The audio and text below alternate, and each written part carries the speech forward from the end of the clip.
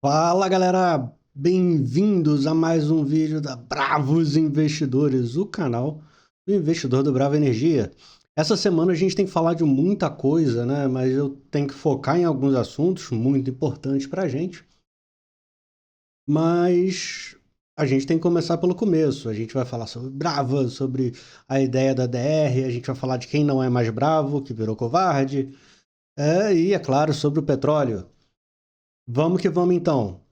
Para começar a semana, a gente teve o petróleo, que basicamente ficou no 0 a 0. A gente teve o fechamento de sexta-feira passada com o petróleo a 66,87. Fechamos essa semana a 66,65, ou seja, praticamente parado. O que aconteceu? Para a gente relembrar um pouquinho. Na virada da semana passada, no final de semana, a gente acordou de madrugada, digamos assim, já com notícias de novos ataques na Rússia. Uh, Tivemos no meio da semana um ataque a uma refinaria da Gazprom e algumas notas, né, falando que a Rússia talvez tivesse que reduzir a exportação dela, a produção dela. E mais coisinhas aconteceram que eu cobri no nosso quase longa-metragem de quarta-feira. Quem não viu, recomendo. Tá? Agora, o que aconteceu durante a semana também que é importante? A gente teve o Fed. E o Fed cortou os juros. Só que a gente teve outros dados econômicos. Por um lado, a gente teve o mercado de trabalho americano, que está mais frágil do que se esperava.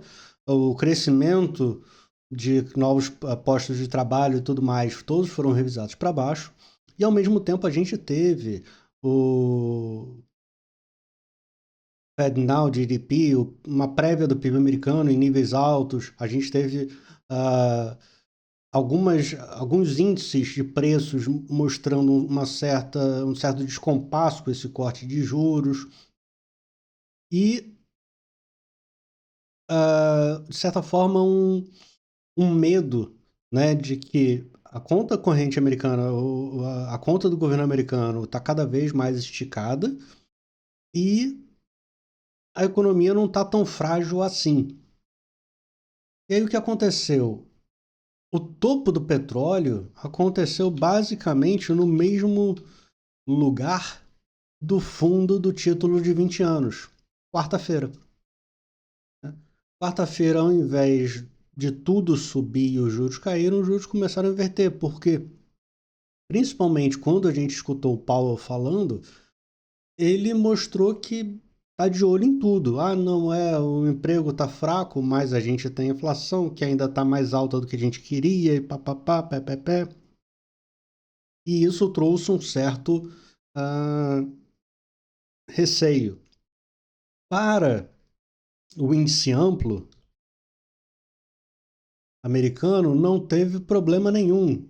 Para o nosso Ibovespa, também estamos aqui no caravando topos históricos. Fechamos hoje na máxima histórica. Embora não tenhamos fechado na máxima, fechamos no nível mais alto da história. Mas quando a gente vai pegar, por exemplo, um índice mais amplo, como o Russell, ele subiu ontem, mas hoje ele cedeu 0,77, ou seja, a base mais ampla do mercado americano, né, fechou negativo. E quando a gente olha para a Brava, a Brava hoje caiu. A gente vai falar bastante sobre a Brava, o dia da Brava que foi bem intenso hoje.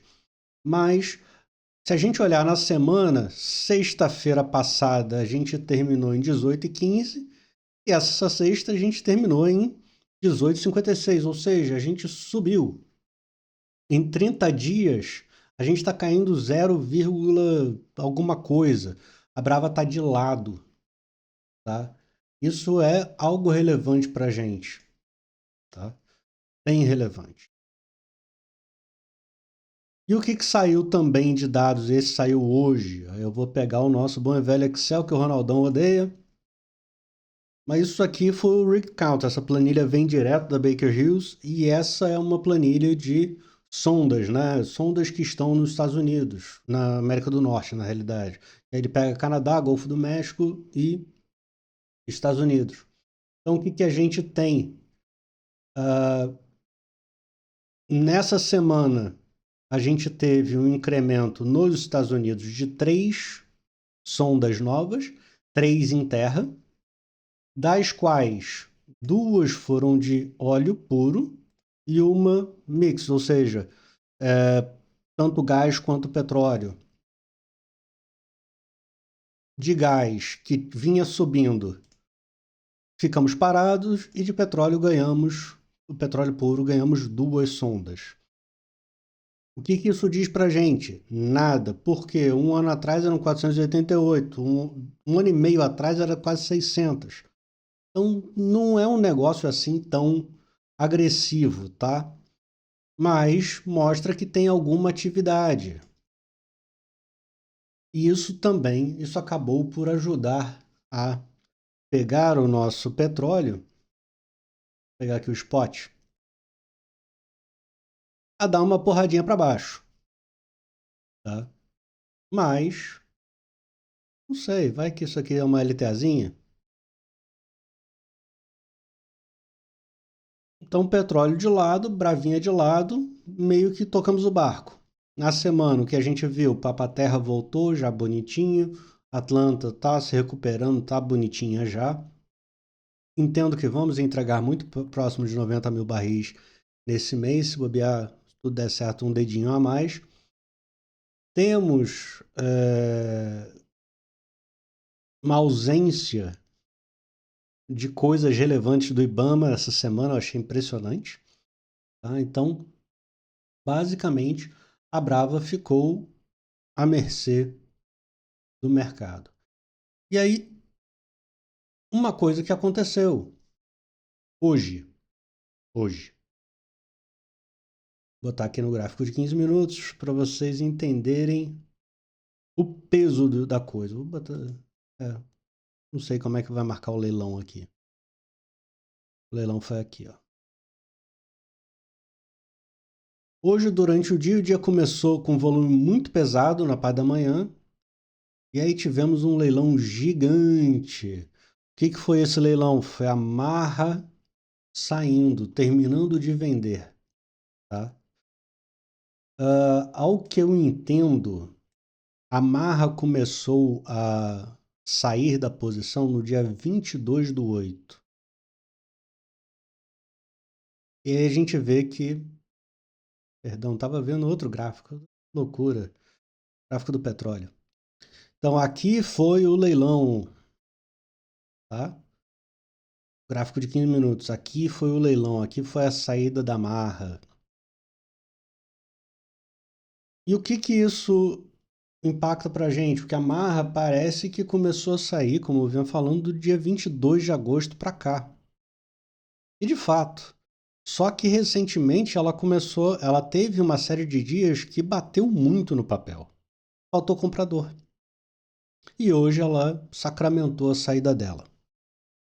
Tá? E isso é um ponto importante. A gente tem aqui o anúncio, né, da Marra, assinado pelo Roberto, e ele explica que a Marra decidiu sair da Brava e que hoje completou a totalidade da venda das suas ações na Brava. Eles tinham 22 milhões de ações, 4,76% do capital total. Vendeu a 19/12 um investimento na casa de 78 milhões de dólares. Aí ele fala que dá um grande valor à Brava Energia e as coisas que alcançaram, as notáveis coisas alcançaram através do último ano. Contudo, eles veem que tem uma potencial substancial na combinação com a Kiel. e que aqui o Global Trade Card Program vai ser o ativo central seguindo em frente. E aí a ideia deles é basicamente essa: largar petróleo. Ela deixou de ser uma empresa de energia. Maha antigamente era Maha Energy, virou Maha Capital. Daí, inclusive, eu em alguns grupos falei, gente, então a gente tem que mandar para o RI um e-mail reclamando que ainda existe um indicado para o conselho da Brava, que é o Harvard. Né? Vou pegar aqui rapidinho, Brava Board.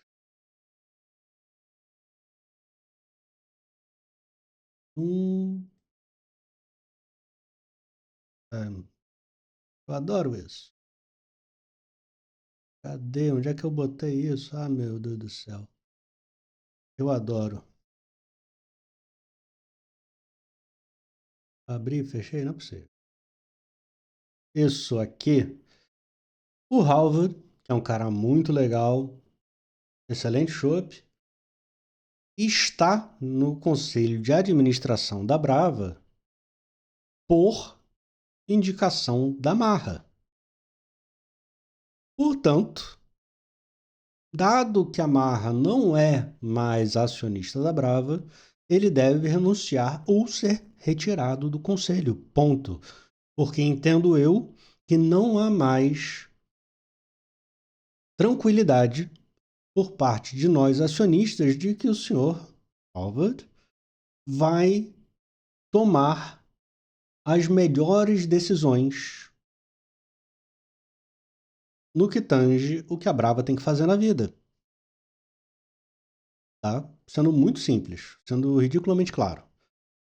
Então, todo mundo aqui que vê esse vídeo, vai lá, abre o seu Outlook, abre o seu software de e-mail, aplicativo de e-mail e escreva. Vai lá no ri@bravaenergia.com, não tem BR, e reclame. Fale, eu como acionista não me sinto representado pelo Sr. Halvard Inland e solicito a sua renúncia ou remoção do conselho. Ponto.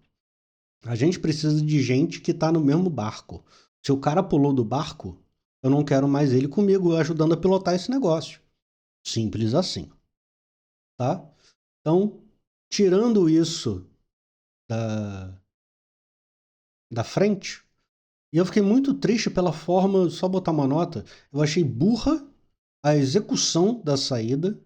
Eles foram completamente infelizes na saída. Se eu fosse acionista da Marra, eu estaria extremamente preocupado com a falta de capacidade mercadológica do pessoal que tocou essa saída. Foi desastrada, no melhor dos casos. No pior dos casos, foi uma saída raivosa. E aí, quando você trata com o dinheiro dos outros, dos investidores, você não pode ter sentimento no meio. Tá? Isso foi feio, feio. Coisa de moleque. Ponto. Falando das coisas boas. Das coisas boas. Vamos fechar isso aqui, vamos fechar isso aqui, vamos abrir isso aqui.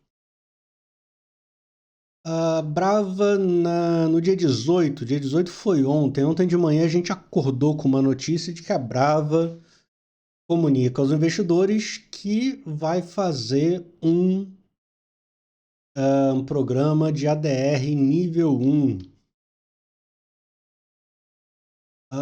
O que é o ADR nível 1? Aí eu venho aqui na Investopedia para explicar para vocês. O nível 1 de ADR é um nível que basicamente ele tem que mostrar algumas coisas para a SEC, ter um banco depositário lá e basicamente ela não é não é um negócio listado. Ele é no balcão OTC. E aí muita gente, a gente teve vieses,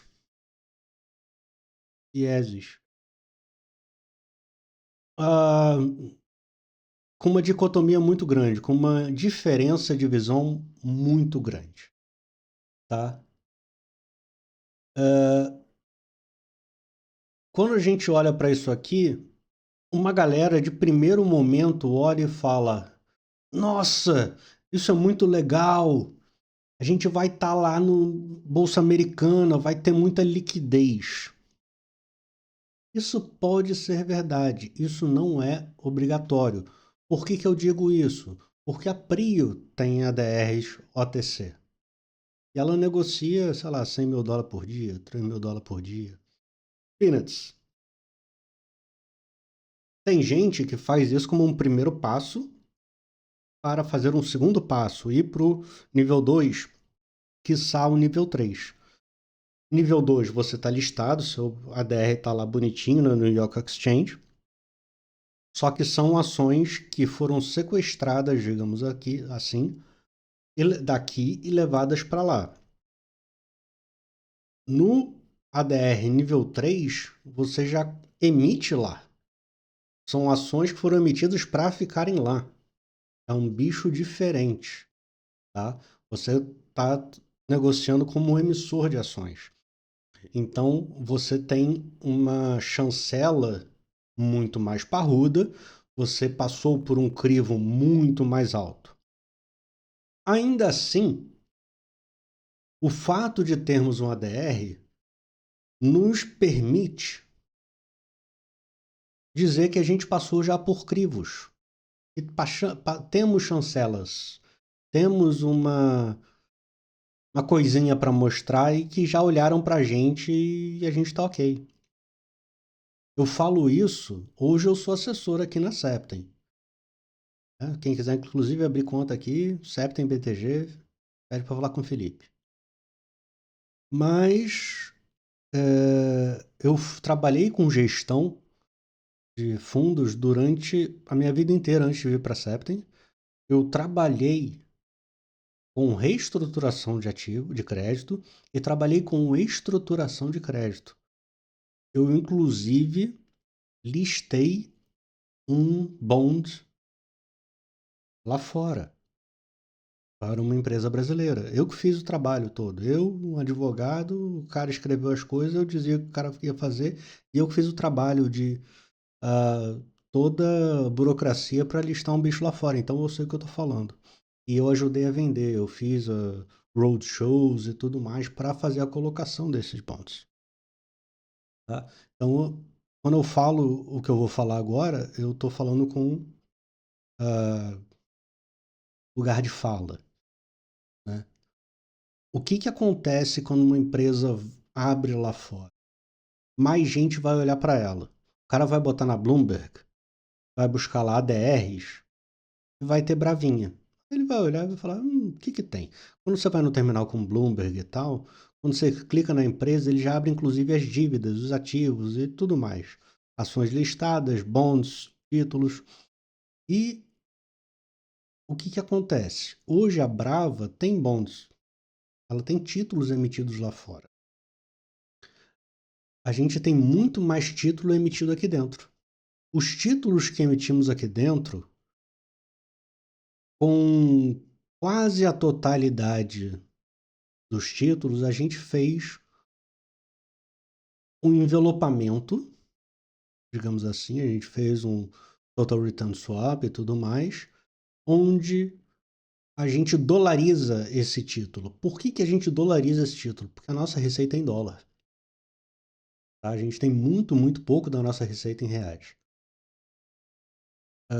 E até a nossa receita em reais tem uma correlação grande com o dólar. Quando a gente olha, então, para o mercado interno, a gente está falando de 15% ao ano, a gente está falando de pelo menos, né? O pessoal está pagando CDI mais 2, CDI mais 1, CDI mais 4, IPCA mais 9, IPCA mais 10. Quando a gente olha lá para fora, a gente vê empresas pagando. Deixa eu ver se eu acho aqui um.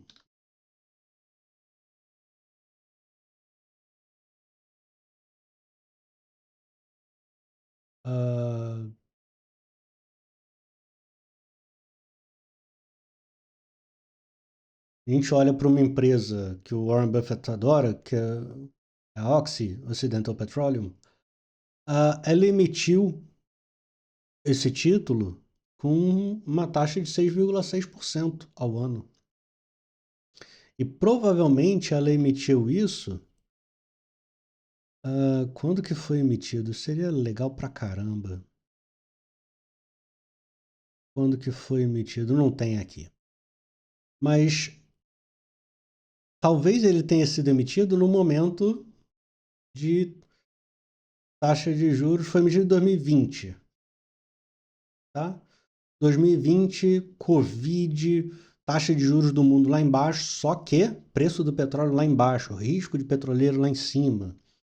Momento estressado. Em momentos mais calmos, olha o yield aqui, 5,6. A gente chegou até coisas menores, mas os juros já estavam começando a subir. Outra empresa, e aí eu estou pegando uma menorzinha, que é exatamente aquela que eu usei documentos. Deixa eu ver se eu acho. Achei. Essa empresa eu mostrei no vídeo do Oil Updates, né? A Cord Energy, para falar do baseline returns, decline rate e tudo mais. E essa é uma empresinha que, grosseiramente, está muito em linha com a Brava, de certa forma. Tá? E o que ela paga? Ela fez uma emissão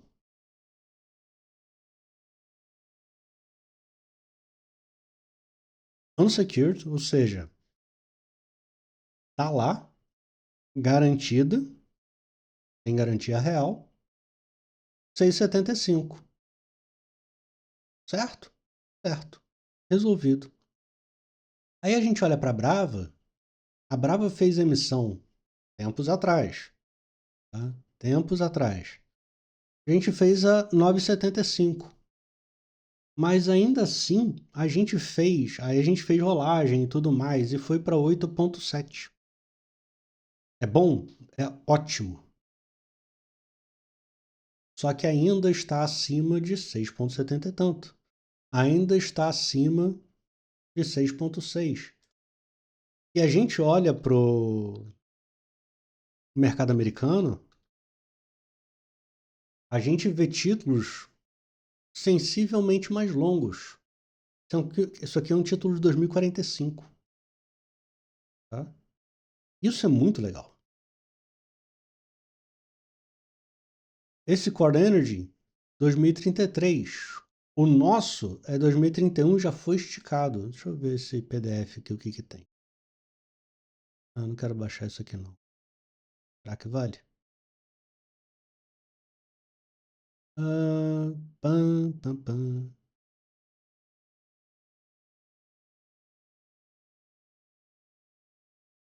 Não tem nada importante aqui, né? Tudo fechado. Ei, que alegria.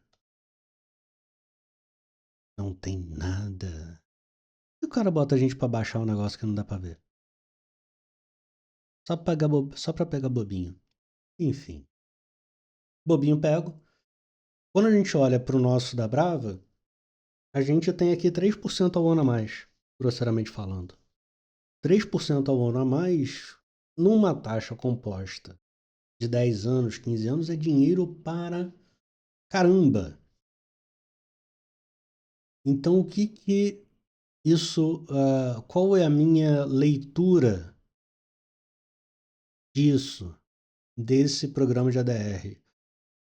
Muito além de liquidez em ação, a gente passa a estar registrado e ter uma ação negociada e tá não sei o quê, e JP Morgan para um lado, JP Morgan para o outro, porque é o nosso veiculador de ADR, da ADR, né? É o responsável pela nossa ADR. A gente vai estar muito mais bem calçado. A gente vai estar muito mais bem representado, muito mais bem estruturado para fazer uma emissão local lá nos Estados Unidos. Puf, bum, vamos a mercado.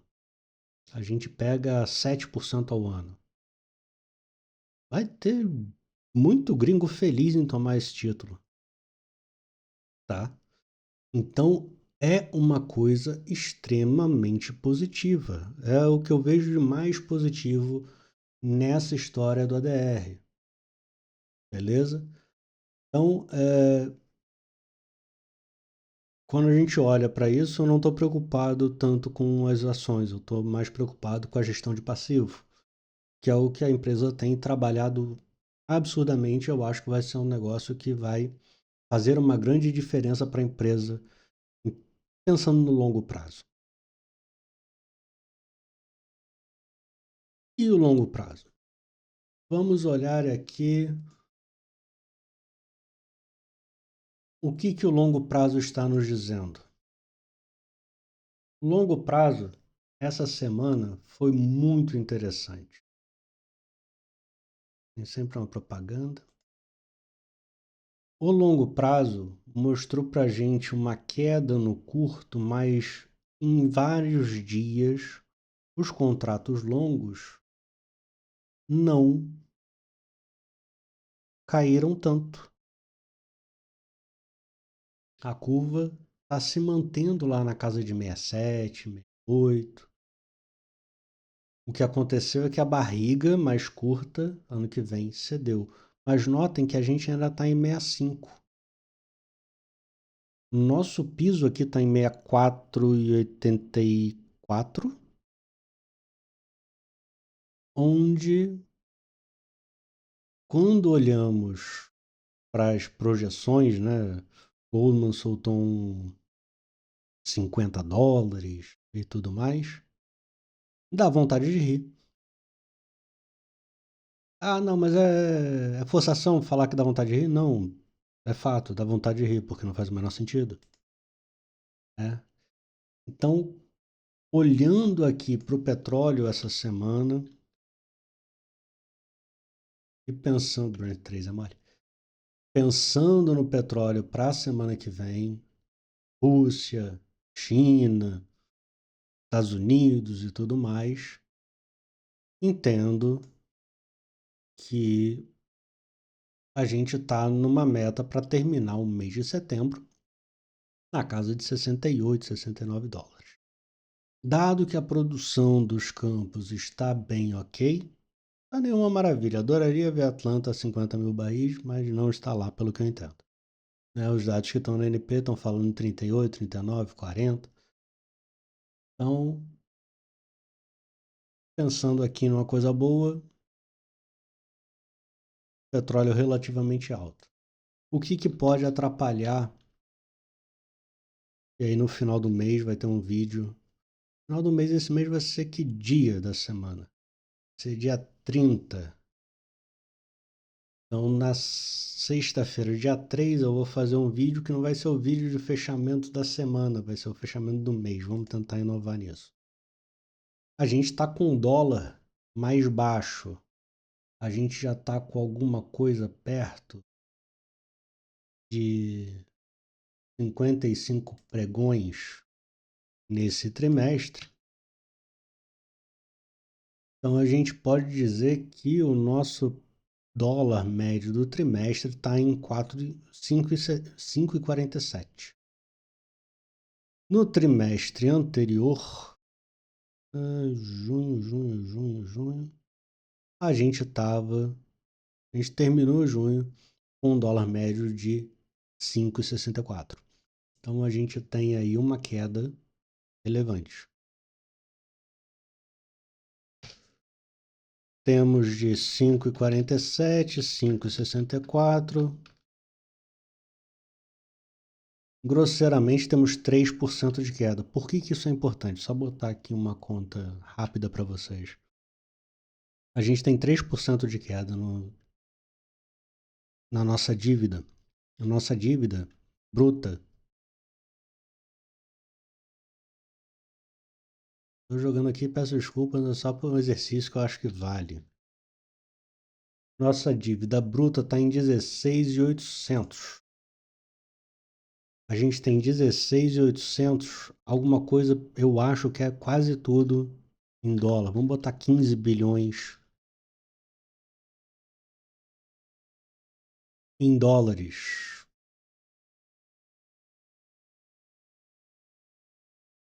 Estão dolarizados. Então a gente tinha 15 bilhões.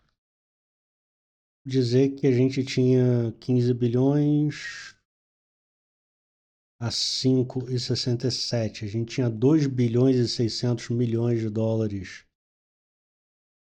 Só que agora esse mesmo dinheiro vai estar multiplicado por 47. Ou seja, houve um ganho de queda de passivo. O nosso passivo caiu 529 milhões de reais. Então isso ajuda no balanço. Tá? O dólar caindo é bom para a gente. Ah, mas vai ter que pagar juros? Sim, vai ter que baixar juros, mas vai que a gente recompra alguma coisa no meio do caminho, recomprou com desconto. Tá 3% mais barato. Gostamos disso, tá? Então, isso vai ser um exercício legal de final de trimestre, final de mês de trimestre. E com isso, lhes deixo, com esse pensamento, lhes deixo aqui para... Ó, dá 3% a menos, isso é muito dinheiro. Lhes deixo um desejo de um excelente final de semana a todos. Curtam o resto de sexta-feira de vocês. E segunda, Deus querendo, Ele quererá, estaremos aqui para fazer o nosso FAQ. Tem que pensar ainda o que eu vou falar no FAQ. Por favor, quem tiver dúvidas, perguntas, sugestões, bota aqui nos comentários.